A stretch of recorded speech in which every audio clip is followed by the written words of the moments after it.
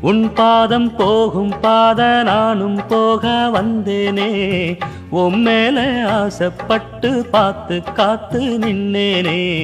உன் முகம் பார்த்து நிம்மதியாச்சு. என் மனம் தானா பாடிடலாச்சு.